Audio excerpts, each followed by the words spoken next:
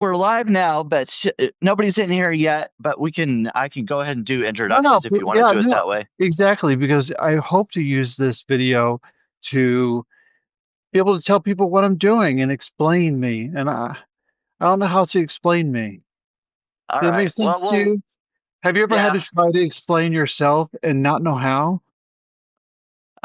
Yes, I think trying to describe yourself or what you do, I think is kind of difficult. I sometimes it's easier for someone else to do it because they have a more of an objective viewpoint. But Yeah. I don't. Well, we've got people in now, so I'll say hello. My name is Brandon Ellrich, and my publication is Brandon Ellrich is So Gay. And today I'm here with Lewis Caldwell of Accidentally Sideways Yes, and and I go by Create. the name Script Comms. I'm writing voice-driven narratives that are just fast-paced and attention span aware. And sorry, I have like so. Oh no, you're fine. And so script comms. Now, when I don't remember when I first connected with you. It was several months ago. I don't remember if I read something of yours and you responded or vice versa, whatever it was. Oh But no, I I attacked one of your posts, and oh okay not attacked it. I attacked it with no love. No, I seen it, and I was just like, oh my God, I don't know what you're doing, because I like glimpsed at it, and I was like, I don't know what you're doing, but just keep on doing it. And you were like, that was just a nice comment. And I think from that moment, I think we just spoke every now and then. And then, there was an opportunity where we could communicate a little bit more. And and then we just became like friends that don't talk that often, but definitely know what to say to each other when we see each other. right Yeah. right yeah. So I read some of your work, the script comms, and it was definitely it was unique from what I saw on Substack because I don't think I've seen anybody do any kind of like script type writing. It's more like just the right like articles and stuff like that. But what made you uh, decide to write in that style? I didn't know I had a voice, and when I started using it, it sounded like characters and people, not like myself. And then I realized that maybe I didn't have the best or the greatest of everything, but what I did have, I think it needed like a makeover. So I decided that maybe when I write, maybe I'll reimagine people, and I'll give them like better hair, better landing, better timing, better comments. And so I reimagined my entire life. I reimagine my entire family. I give myself a mother that just thinks I'm amazing instead of somebody she disowned at 20. So, Yeah, and by doing that, the only way I could do it as being dyslexic is to do it like a sitcom, do it like TV timing, do it like something I understood. And I can actually hear these people's voices in my head, and I know it sounds crazy. So when you read something I wrote, uh, trust me, I think I just released it. I don't think I actually wrote it.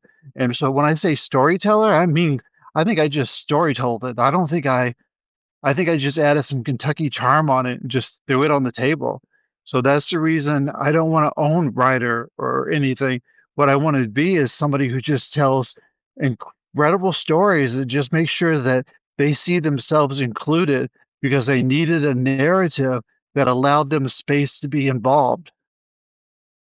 yeah. That makes sense, and that kind of goes to what I was going to say next.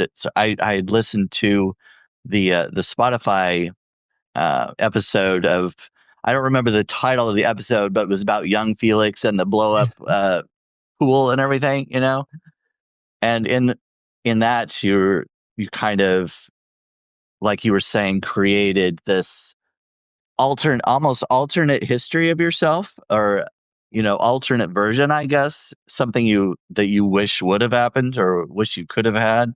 Yeah. And I think that's pretty cool. I And it mean, also goes go oh ahead. go Go ahead, ahead. Maxine. Oh no. Don't you think it's kind of weird that somebody would dream up chasing Tammy Wynette out of a blow up pool with a fly swatter? Well, right, Did it make you right. laugh at all? Was it Yeah. slightly funny? Oh yeah, I thought it was funny. Actually reminded me of, I don't know if you've read anything by Augustin Burroughs. No, I Um, see. The thing is that being dyslexic, I don't know any of these other storytellers, but oh right. I should know them. So when I the material I get, maybe I get more timing from Everybody Loves Raymond and Nell's Diner and Dukes of Hazzard, and maybe I learned how to like uh say something true, make it ridiculous, and then have it satisfying in the end and make it a full plot within a short amount of time. And I learned that from TV timing. But I want to write stories. So how does somebody dyslexic do it? So I found a way, and regardless if anybody watches this Found Family 365 project in 2026, I'm releasing a freaking episode every single week. And I'm doing it because it makes me feel amazing. Amazing, like unbelievable, like I want to scream names and just be happy and just think, wow, I get a chance to do something that I was told you're too dumb, you're too loud, use your inside voice, and I was even outside. You know, yeah, Yeah, yeah. So getting into what you mentioned, you're starting this project. You said you're starting it on Monday, right? yes, And it's Found Family 365. yes, found, yeah. So, um, Felix, I grew up in group homes, so Felix is maybe me, sort of, but I feel like I live in every character. But Felix, was adopted out of an orphanage by Alta, and Alta doesn't have really any other family. And Felix has a best friend named Stephanie, and David is somebody that just happened to get adopted through the group. So nobody shares genetics, but I'm writing a family group that shares Right. no genetics. And Yeah. I would like for people to start celebrating the fact that there are families that don't share genetics. You see Right. them, And that you know them, you have them. You have groups, meetings, and chats with your friends on Fridays, and I'm jealous, and I love that dynamic that you have with your friends, and that's found family to me, and I think that everybody should be celebrating it. I think that happens a lot in the queer community. A lot of times we grow up in a family that doesn't accept us, or they have they're religious or conservative in that kind of mindset, and so they kind of separate themselves from from us being queer, and so we do kind of have to seek out a different kind of family. We have to find our family basically, and kind of in the same way that like in an orphanage or a group home or something like that, where you kind of have to find your own family. I Yeah, think it's similar in that respect. when I write Felix, it's from pure joy and chaos, because do you really want to hear about um, having your socks all have a colored dot on them so that you make sure that you get them back, and you don't Oh want to yeah, you don't want to hear my hurry up and eat fast or you might not get enough food stories. You know what I mean? I want to reimagine this stuff, and even if you're not a fan of mine, maybe you know somebody who might enjoy 10 or 15 minutes out of your day, turn the TV off, get on Spotify or get on Substack. I don't charge for anything. And if you know me, and if you really know me, I'm an extremely generous person. So I'm doing all this just because I want to show you what my reimagined family looks like, and and what I wish that I would have seen or heard in my life. Because not that it would be better, it's just that it would be fun. It it would be more enjoyable. I wish that I could give these stories to a child, my yeah, child. You know what I mean? yeah, yeah. And that kind of it also reminds me of the you wrote a story about Stranger Things, and you were kind of saying that it was in that there. it's this group of kids, this kind of outcast in a way, and it's a story kind of to escape reality. But in your version, you're basically rewriting reality. You're Yeah, writing a way to fit into your reality. Is that accurate? exactly. So the thing is that I've already have all these experiences. I'm just waiting for the adult things to happen in real life for me to to remember the experiences that I had and then to reimagine them amazing and give my Yeah. don't remember the the things that still leave a mark on your skin. You know what I mean? Don't you remember them remember them as like trying to still like I can imagine Felix right now like I'm on skip a meal diet because I he can starts this whole diet trend or something about skip a meal, all because he wants to make sure he can still fit into the boys department's clothing. You know what I mean? I can just, I hear these people's characters and these voices, and this could be really funny. So the thing is that instead of remembering a belt being something bad for you or something that hurts you, I'm going to remember Felix wanting to go on a skip a meal diet because he doesn't want to wear a belt because the last ones usually they leave a mark on him around his waist or Oh, something. You know what I yeah. mean? So I just want to take whatever experiences that have harmed me and I want to rewrite them in a way that they're funny or oddly funny or character funny or specifically funny or too specifically funny to the point to where you're like, you cannot just say Don Knotts in the middle of a sentence. You know what I mean? So yeah.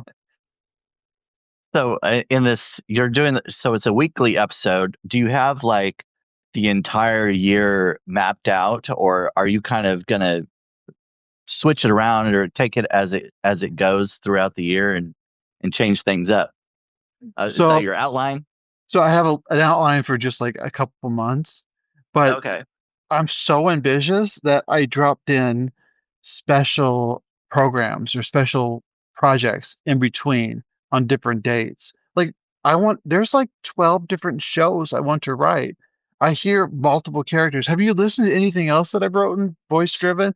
I've written things like warehouse therapy and just some other ones, and they don't involve these core characters. But Yeah.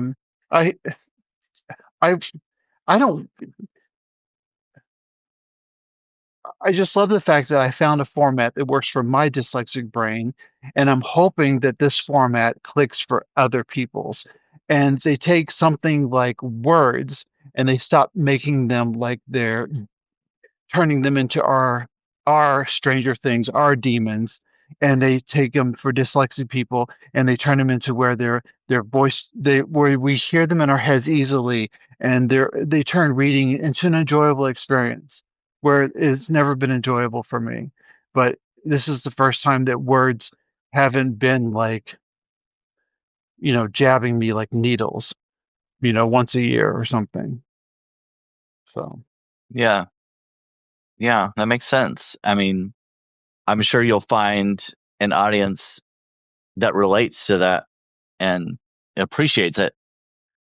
Now, with the characters or the script comp, the series that you're doing, are you planning on recurring character the same? You talked about like maybe having different characters. Are you going to have recurring ones? Like I know you write about Felix a lot, and you said that it's kind of a version of you almost. Is Felix going to be kind of a common character throughout, or are you going to yeah, so branch? so the common characters are Alta, which is Felix's mother. Then there's Felix, which is a version of me, but I actually live in every character. And then there's David, and there's Stephanie. Then there's like our cat that passed away, and he lives in some episodes. And basically, it's these core characters, and they just live out all of these things that are like domesticity. They live out just normal day lives, but they live out so character specific that they're funny. Like in my newest episode, which just sounds crazy, but Alta tells David that. Um, he's coming over for dinner, but not to show up late or sticky. And some of the other things is that he that it's casual and that it's not cargo, and that she's going to convince her son Felix to give him some last season, even though Felix will fight her tooth and nail because Felix thinks the poor have bigger problems than last season. And so that's just how character specific it is. But Alta's like, no, I'm the mother. I can convince him to give you some clothing from last season so you can show up for dinner for the third for Sunday. So, that's just how the characters are. And they just they're just very well they're just very defined. Not maybe not well written, but they're very defined. So if you find out that you like one of the characters, you're probably going to love them because they're very well defined. I think that's kind of how I write. Like when I write fiction and stuff, I have a whole bunch of different characters and they're varied, but there is kind of a piece of me in every character that I write. You know, maybe just a small piece, but it's I kind of spread out my own persona in all these different characters. Is that kind of how you approach it? See, the thing is that I'll be 100% honest with you. I've never had a conversation like this before. I've always thought, well, I don't know if am I doing something illegal writing? Am I crazy or am I stupid? I don't know because I've never had a conversation with somebody else who writes. So I kept thinking, well, maybe am I breaking a rule? Am I doing something wrong? Are you supposed to use your own brain? You know what I mean? I have no clue. But yeah, I've had that conversation. I'm like, okay, so they get this quirk, and then like if somebody's mean to me. Oh, I'll give them an emotional support ferret or something. You know what I mean? I'll give you like if you're mean to me and I write you as a character, you get a dog that bites you all the time but loves everybody else. You know what I mean? Be mean to me. Yeah. I dare you. I'll write the hell out of you, and you'll become my favorite character all because you're mean to me in real life. And every time you're mean to me, I'll write a new story out of your ass. Right. Yeah. And well, Onyx Rose says that she does the same. So Oh, yeah. yes, yes. Would you friend me? Because I like somebody who's just as mean as me. So are there writers or people that inspire you in the stories? So this did kind of jump back to something. I was seriously inspired as a child, staying up late, living in a group home, watching Torch Song Trilogy and listening to Harvey Firestein like do this monologue um, um, he was like in front of a mirror and he was doing this monologue, putting on this makeup, and he looked just horrible. But he was just doing this monologue like my biggest problem is being young and beautiful. It's my biggest problem because I've never been young and beautiful. Or he goes on, but the thing is, I think I think something woke up in me at that moment. I was young. I don't remember what my age was, but I was young, and something woke up, and I thought, I'm inspired by any gay person that's willing to just talk. And so you inspire me a lot too. Oh, thank you. I Anybody who's willing to put gay in their name. You notice sometimes a lot of times when I sign stuff, I say Lewis Clifford Caldwell, an American dyslexic queer storyteller, because part of me is that I do have this dyslexic, which is my superpower. And the queer is that I'm going to own the worst part of being gay that you think of, not me. You know what I mean? So I want to own this title because you're not going to use it against me. I'm going to just make sure that I'm already equipped with it. You know what I mean? You don't have right. you're not going to be the first one to throw the name on me. I'm going to use it first. You know. Right. So Yeah. Yeah, and that's kind of what I came up with when I did came up with my publication, the name for my publication, So Gay, because back, when I was in school, people would use gay. Oh, that's so gay. Like it was lame or stupid or whatever. They would use it in like a synonym for that. But I mean, I we're wish I could kind go of back in time and hear that, like in the '90s, and somebody said that's so gay. yeah. And they'd be like, So there's a dick going in and out of your mouth. Just say something like, Yeah. I wish I could just like shock them, but like, like just these same people who like rewrite words. Like you can't just redefine a word out of the blue. Like if you want to be creative, create your own damn word. But you cannot just redefine a word that already exists. I'm sorry. I mean, if you want to add something to the end of it, you want to add a lot of dula or whatever to the end of it, go ahead. You want to say it in Spanish and pretend it means something different, go ahead. But if the word already means something, contact the creators of the Oxford English Dictionary and tell them that you try to rewrite the dictionary because it ain't possible. You ain't smart enough. That's true. Yeah, so basically, so I was taking it back. Basically, I was like, yeah, I am so gay, and that's a great thing. And I've seen you mention before that being gay as a superpower, and yeah, it's because we can do things that other people can't. Well, did you ever see that story I wrote? And I'm going to re-release it in this series because here's the thing: is that I don't know if you know this about me, but I like the reason I have a notepad near me is because I'm already getting suggestions and thoughts just looking at the background in your picture in your video. Like Oh, I literally get creativity like nonstop, and I have hundreds of notes. I mean, like I had to buy like the largest Apple account because I have Apple just because of Apple Notes. I take Apple Notes all the time, and I have to like search them, and I get inspiration from like total nonsense, signs, pictures, images. And so when I go to write something, I've got like 30 or 40 points of contrasting thoughts that go into that story. So I guess I interrupted myself, and I don't know what I'm talking about now. no, it's fine. Just about inspiration. Um, oh, sorry. I just saw a dog go by my window, and it's not one I recognize, so wasn't sure where it came from. Um, I was hoping the new cat would come in here because she is cute. She is so cute. But she's a little deranged, I think, but I probably like that the most about her. so is your cat? Does your cat show up in your stories also? Not this one. I don't think she has a voice. The last cat had a Uh, voice because the last cat would hump my designer items oh, only if it had a name brand on it, that cat would attack it and drag it off somewhere.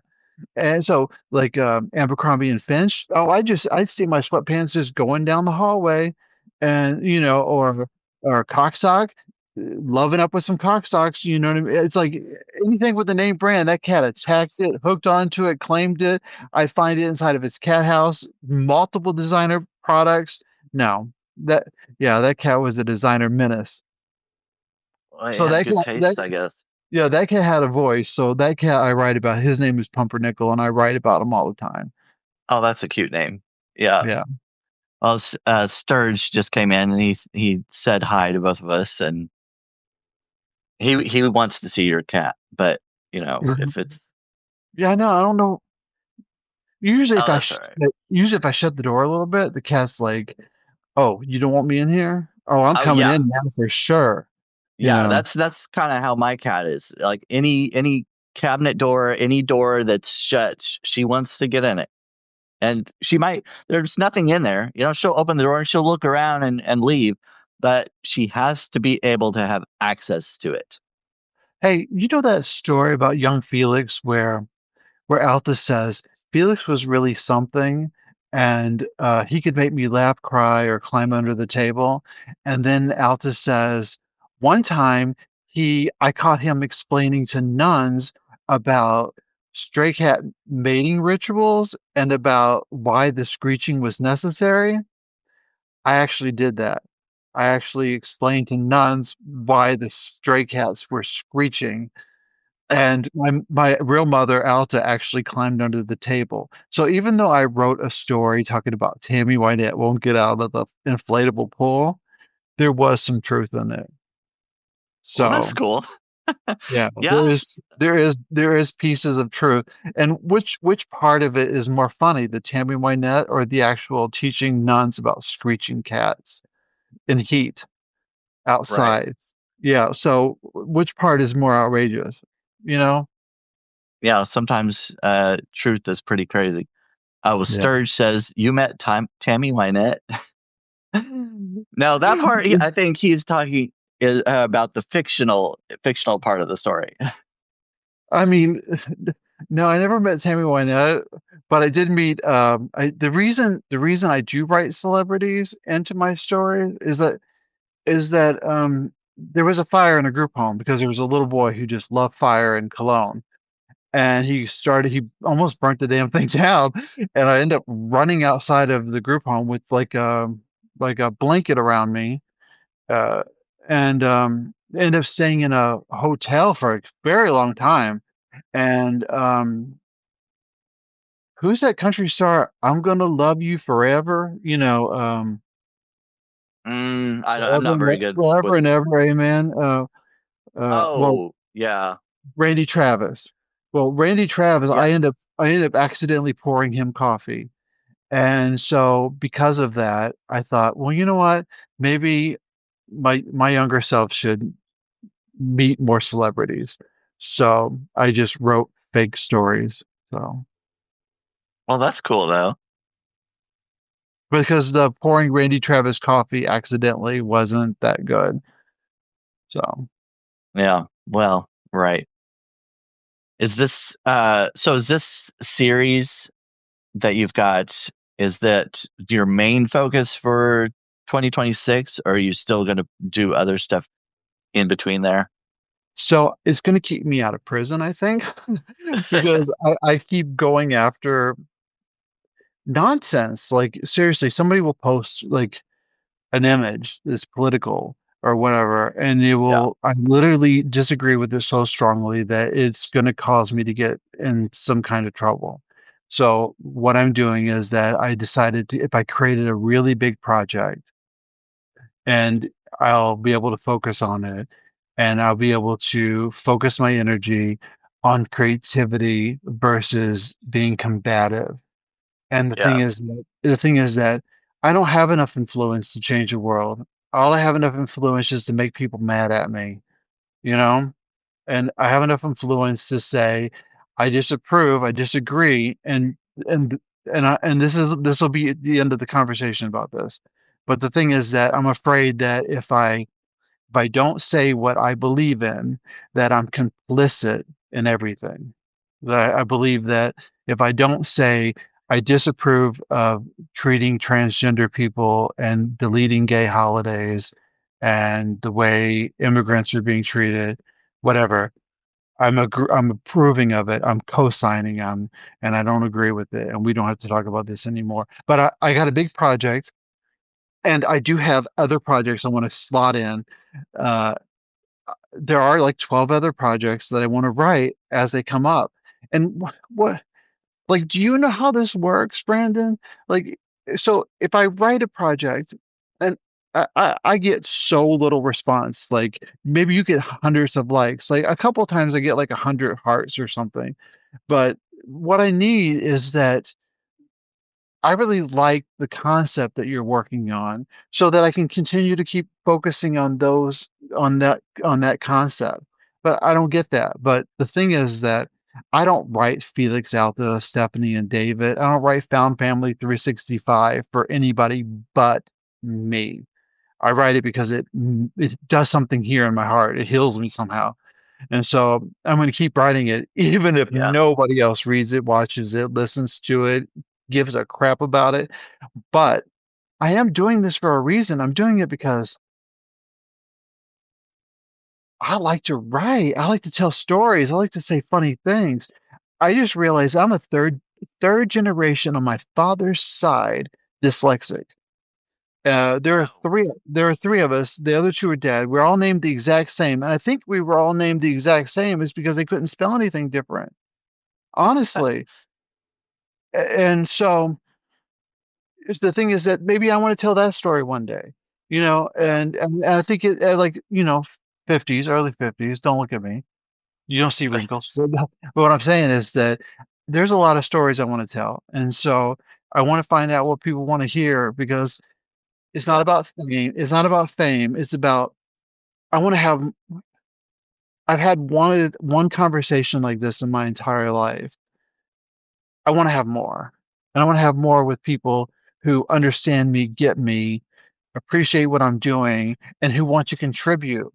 You know, when I created Scriptcoms, I didn't create it because I created it because it was the first time I heard myself in a story. The first time I heard the way my mind hears words and language. And I would like for other people if they for script comms to be a format for if this is your lane of writing stories for other people to create stories the same way and maybe turn this into a format for people who think differently. Yeah, And like I said, I don't want to be a gatekeeper of it. yeah. I want to create it, and then I want if this works for your brain, then reproduce it, do something like it, and let's make lots of stories because I don't want to hear just my own. I would like to hear your stories too.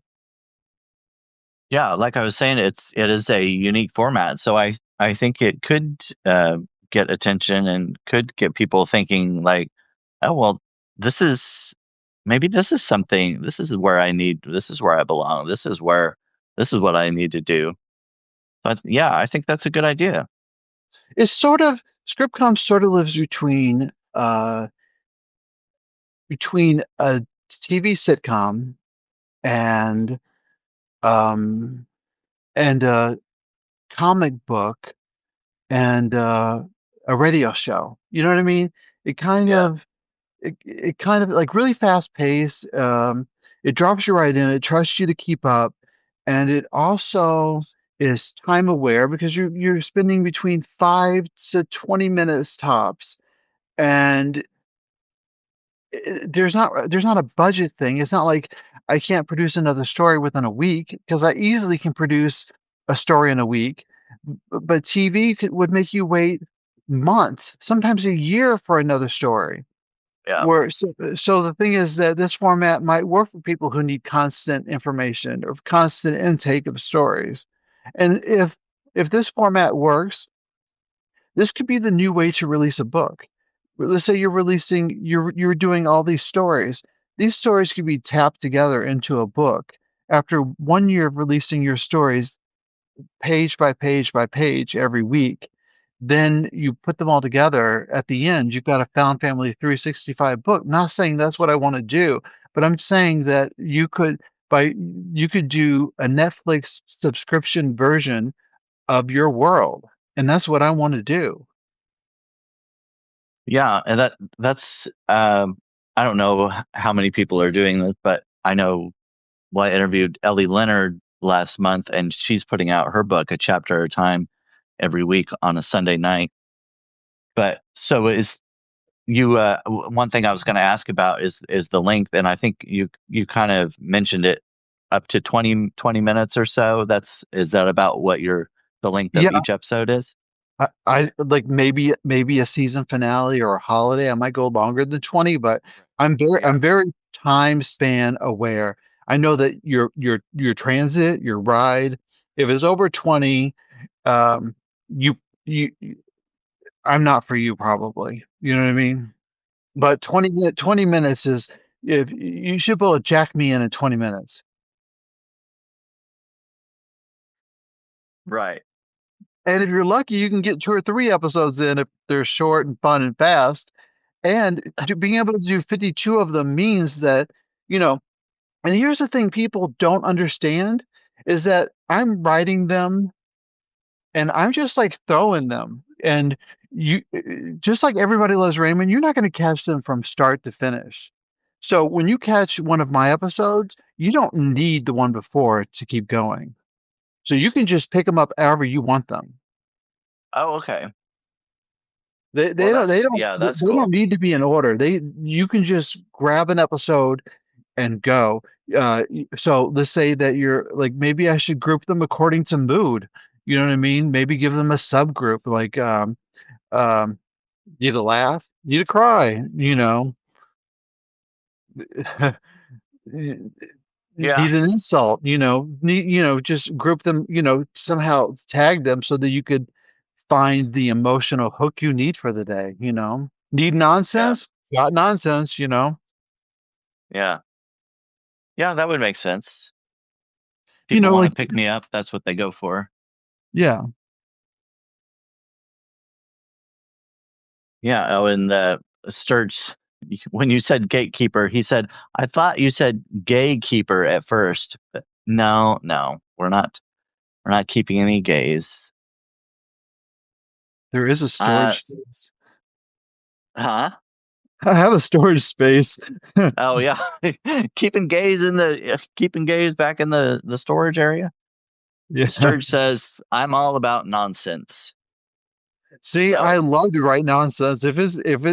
Yeah. And the other thing is that you knew that early on that when I write stories, I come up with a bit of a theme song. So all of these shows have a little of a theme song. And this newest episode that I produced, it has sound effects. There's sound effects. I oh, okay. outdid myself. So there's like the subtle sounds of keys typing and text message dings and the sounds of lights flickering and you know what I mean? So there's some sound effects. I'm actually kind of elevating this sucker. So I Yeah, want to make it a little that's more.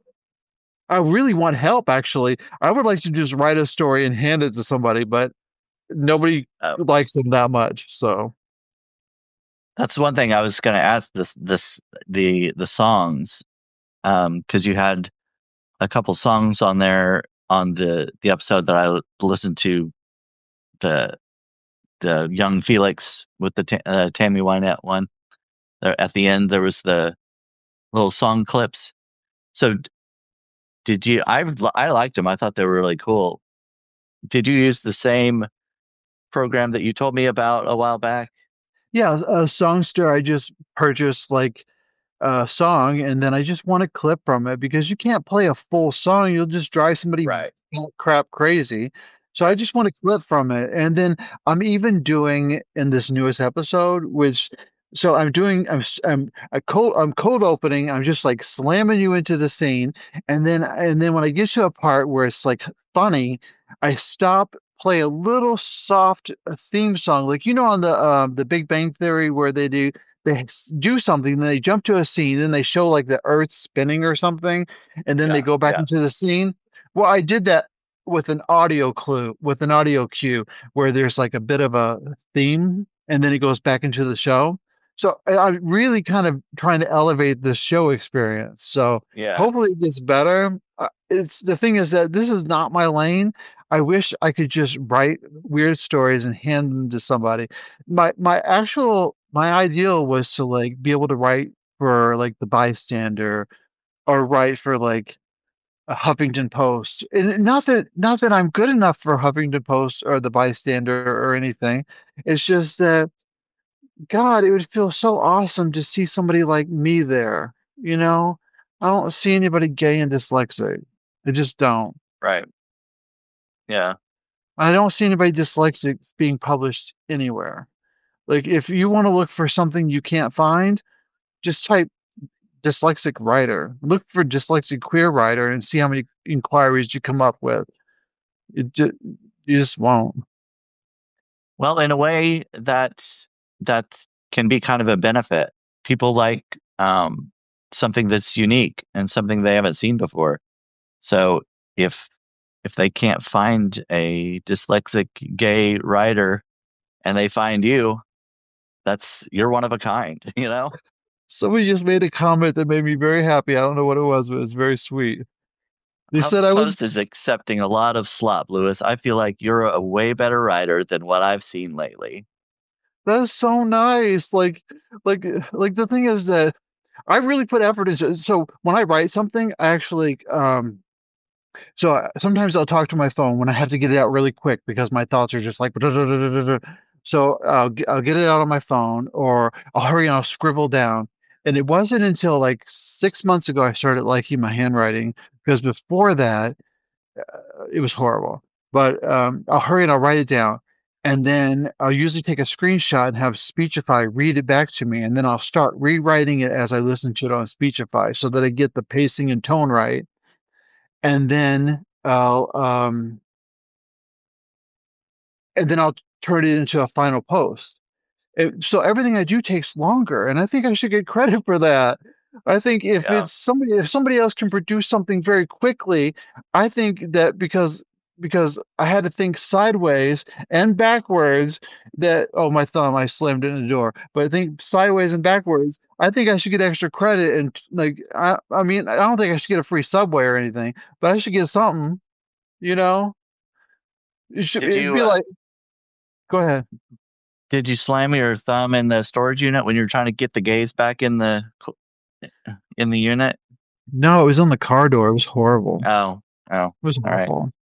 Well, Sturge said he thinks you're going to kidnap me and keep me in your storage unit. So, oh, he says you're rocking dyslexia, Lewis. You're representing. Yay! Because you know what? If I could do that, like if anybody knows of anybody, like so here's the things that I have. Um, I have dyslexia, and if if there's any way that I can be a voice for that, I'd love to. Uh, if anybody knows of any theater groups or clubs that are looking for voice-driven material and ever want any of my stories, I'm happy to give them to them.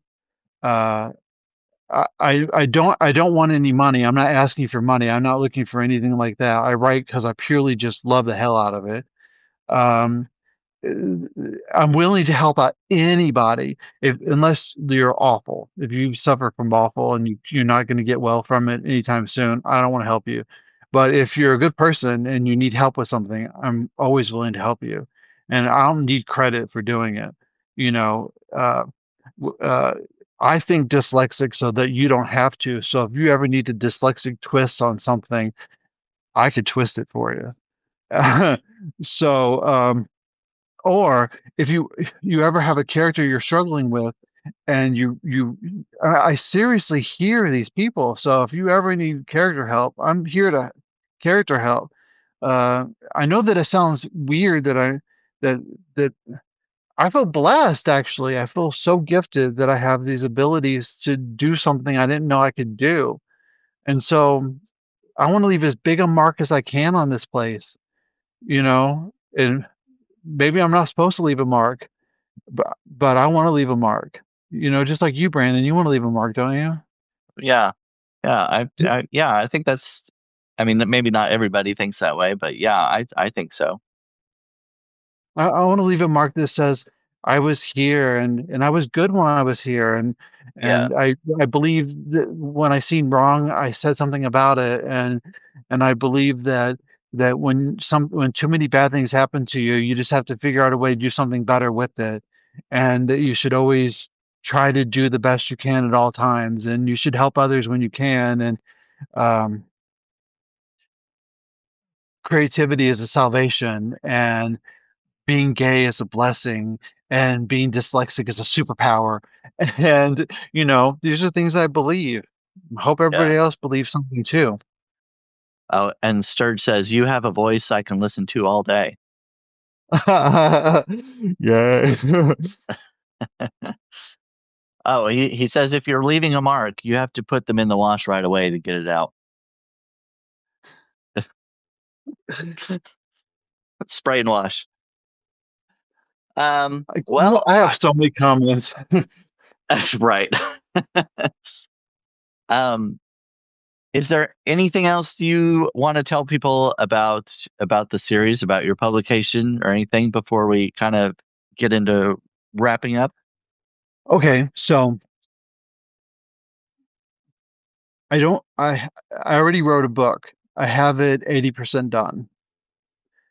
I want to release it, and then again I don't.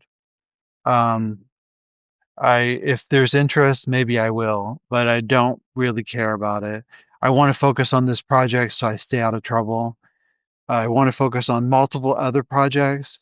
I just want to put it out there that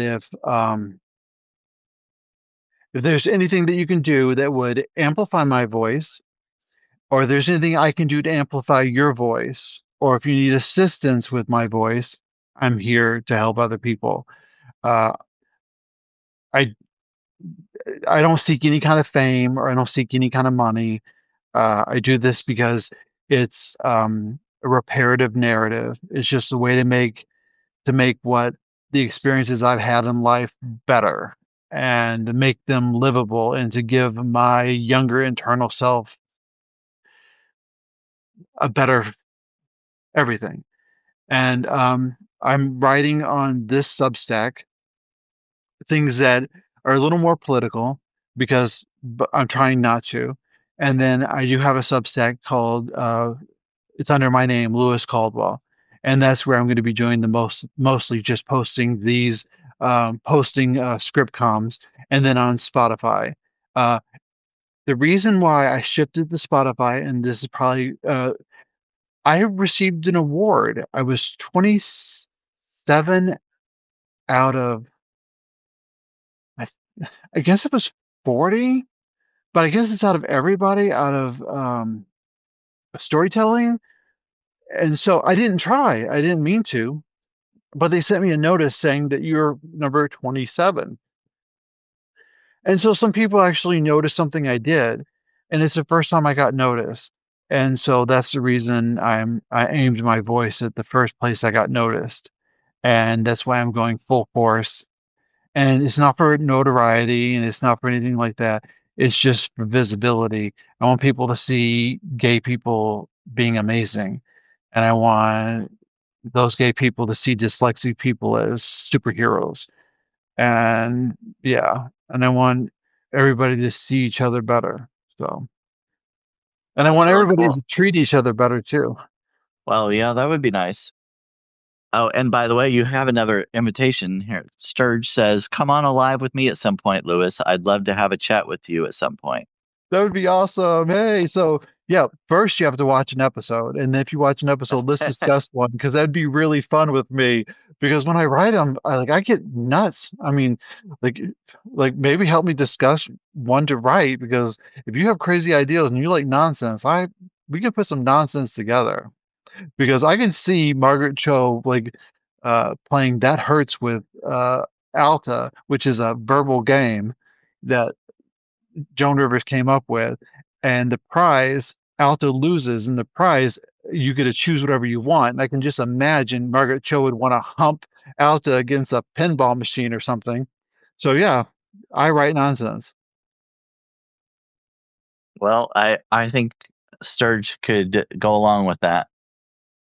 I think he can be quite nonsensical sometimes.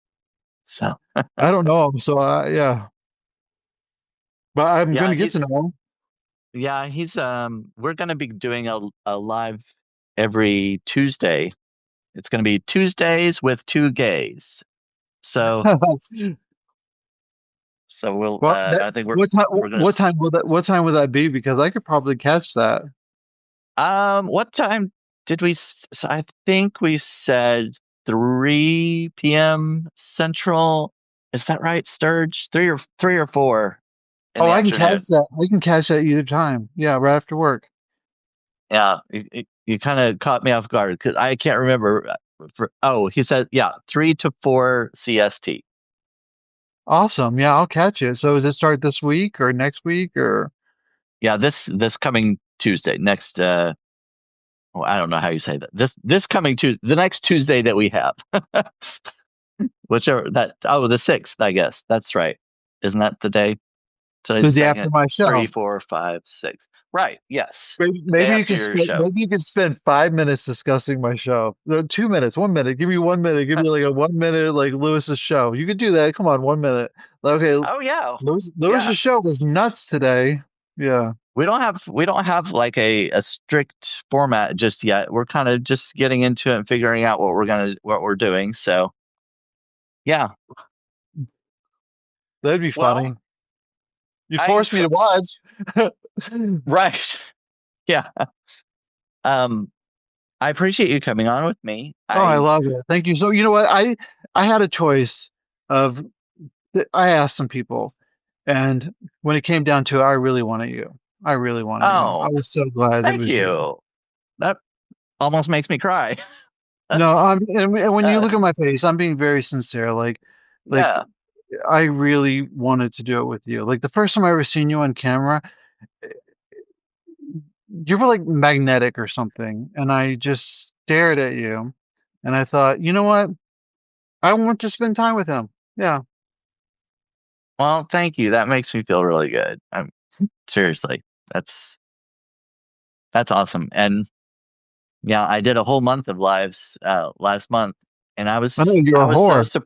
sur- I was yeah, I was surprised at how many people wanted to do it, and so yeah, that makes me feel really good. But I appreciate you coming on. I'm glad I got the opportunity to present your new, or kind of to introduce your new program to Substack and alert them to it. So hopefully you get some attention starting Monday. Um, Absolutely. I one last thing. So I learned this from watching one famous writer, which I won't mention any names, but I bought myself this for the new year. I have the hardest time. I don't know if it's just being dyslexic, but I have the hardest time. I've actually named characters like girl at next table because I refuse to give her a name. And so I have problems naming people. And so this book should help me with that issue of giving people. Is that a writer thing? Giving people names is hard, like it actually is naming kind of. people. But the I thing, feel like it is because. Oh, sorry. no, no, no, go ahead. I've I'm trying to understand. Well, sometimes when I think of names like for characters and stuff, I'll think of one and I'll think, oh no, I knew a if I think of a I don't know, uh Bill or whatever. I was like, oh no, I knew a Bill years ago and I didn't really like him. I don't want to use that one. And I'll think of other names. I mean, oh, that sounds too common, or that sounds whatever, or the meanings of names too. Like if you come up with a name and it means something, I'm like, oh, I don't want to use that name because people will read into it and think, this character is this way or whatever. So yeah, I think it is a struggle it, for for me at least to come up with appropriate names for your characters. Well, the thing is that having a name is so easy to be mean to a name, like nicknames and that kind of thing. And then I do have a character that renames people. Like that's her whole thing is she loves to rename people. Oh yeah. And she just and she lovingly renames people. That's her thing. You don't look like a David. You look like, and she wants to rename you. And that's her whole thing. So it's weird that I have a character that does it, but I can't do it myself when I write stories. So this is the goal is to write multiple stories, and so this is the book. So if anybody has anybody ever worries about coming up with names, here's a book. But Brandon, thank you for spending time with me today. You're And welcome. this is going to be a fun project. So I'm going to and what I've been doing, last thing, I got a remarkable. And so I've been doing like writing like outlines for shows or things that I'm working on. And instead of focusing my attention on attacking people and like political stuff, nonsense, I'm just writing out like an outline of an episode, and then I'm just publishing it on Facebook or Substack, and I'm just doing handwritten like uh the next episode. This is a rough handwritten idea of what it's about, and it kind of keeps me out of trouble. So Well, that's a good thing. That's a good goal to have. yeah, I definitely want to stay out of trouble this year. Yeah. Right, right. So Well, thank you, Brandon. yeah, thank you. And thanks for everybody for joining in the chat. Sturge and Karen, Onyx Rose, we had a lot of good comments. So I appreciate that. I'm sure Lewis does too. Oh, And I am so thankful and so grateful, and I didn't know how this was going to happen or go over.